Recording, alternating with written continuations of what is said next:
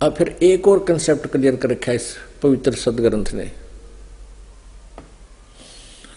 कि परमात्मा ने किसी भी प्राणी को, किसी अन्य प्राणी को खाने का आदेश नहीं दे रखा। मांस खाना अलाउड नहीं, इवन पशु पक्षियों को भी नहीं।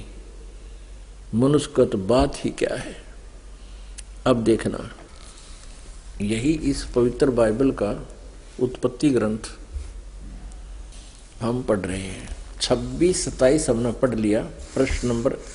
अब हम 5 पे आ गए हैं। 4 पढ़ते पढ़ते ये 5 पर पढ़ रहे हैं और ये 6वां दिन हम पढ़ रहे हैं। 5वां यहाँ समाप्त हो गया था। 6वें में भगवान हम 26-27 पढ़ लिया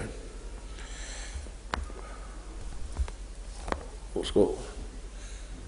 तब परमेश्वर ने मनुष्य को अपने स्वरूप के अनुसार उत्पन्न किया। अपने स्वरूप के अनुसार परमेश्वर ने उसको उत्पन्न किया, नर और नारी करके उसने मनुष्यों की सृष्टि की। हाँ। फिर परमेश्वर ने उनसे कहा, सुनो, जितने बीज वाले छोटे छोटे पेड़ सारी पृथ्वी के ऊपर हैं और जितने वृक्षों में बीज वाले फल होते हैं वे सब मैंने तुमको दिए हैं, वे तुम्हारे भोजन के लिए। इसमें फाइनल कर दिया 29 नंबर श्लोक में, वाक्य में, कि परमेश्वर ने उनसे कहा, मनुष्यों से, सुनो, जितने बीज वाले छोटे छोटे, यहां से देखो कोई सोचेगा 28 माना पड़ा।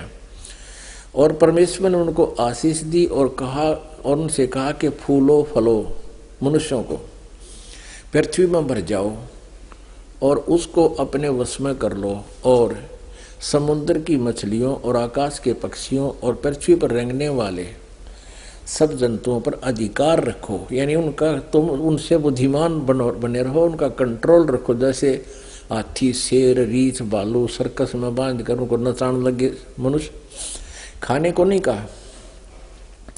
फिर परमेश्वर ने उनसे कहा, तुम सुनो, जितने बीज वाले छोटे छोटे पेड़ सारी पृथ्वी के ऊपर हैं और जितने वृक्षों में बीज वाले फल होते हैं वे सब मैंने तुमको दिए हैं, वे तुम्हारे भोजन के लिए। ठीक है। अब आगे देखो 30 में,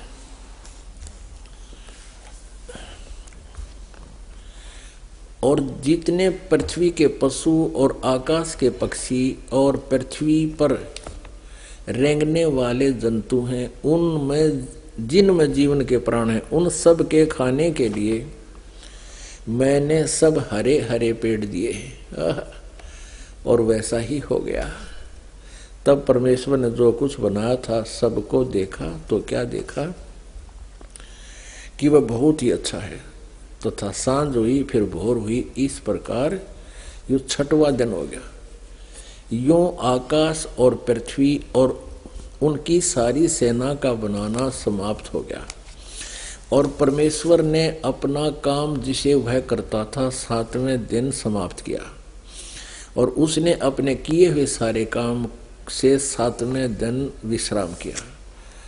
और परमेश्वर ने 7वें दिन को आशीष दी और वो पवित्र ठहरा। 7वें दिन परमात्मा ने विश्राम किया। अच्छा, अब इस यहां तक विचार करने की बात है। एक बहुत ही अच्छा विचारणीय विषय है कि परमात्मा जो पूर्ण ब्रह्म था, पूर्ण परमात्मा ने सृष्टि रची और 6 दिन में सारी रचना रच कर 7वें दिन वो परमात्मा तो चला गया। इस काल को ये पृथ्वी आधी देकर कहाँ चले गए? अपने सतलोक में तख्त पर जा विराजे, तख्त पर जा विराजा, वहां बैठ गया। अब इससे आगे जो भी पवित्र बाइबल में यदि कहीं पर कोई मांस खाने का आदेश है तो पूर्ण परमात्मा का नहीं है, वो किसी अन्य देवता का, फरिश्ते का, पितर का या भूत का आदेश है। तो वो आदेश मान कर यदि किसी ने गलती कर दी तो परमात्मा का विधान खंडित हो गया। जैसे एक व्यक्ति का एक दरोगा जी थानेदार मित्र था और उस व्यक्ति ने एक दिन अपने दरोगा मित्र से कहा कि मेरा एक पड़ोसी मुझसे बहुत लड़ाई झगड़ा रखता है, मुझे बहुत परेशान रखता है, उसका कुछ प्रबंध करो। एसएचओ ने कहा कि जा उसका मार लठ और मैं आप देख लूंगा। आदेश पाकर अपने मित्र एसएचओ अधिकारी का उस व्यक्ति ने आकर अपने पड़ोसी अपने शत्रु का लठ मार दिया। लठ लगने से उसकी लाठी लगने से उसकी मृत्यु होगी। अब वही एसएचओ जो उसका मित्र था उसको पकड़ के लाया और जेल में डाल दिया, उसको सजाए मौत हुई। अपने आत्माओं, वो राजा का विधान है कोई किसी की हत्या करेगा उसको मृत्यु दंड मिलेगा। और उस व्यक्ति ने अपने एक मित्र अधिकारी की आज्ञा का पालन कर लिया, जिससे राजा का विधान टूट गया। विधान टूटने से उसको सजा मिली। इसी प्रकार इस पवित्र बाइबल में आगे यदि कहीं लिखा है मांस खाओ, इसमें ऐसा भी लिखा है ऐसे खुरों वालों का मांस खाओ, ऐसे वालों का नहीं खाओ, ऐसा लिखा है इसके अंदर।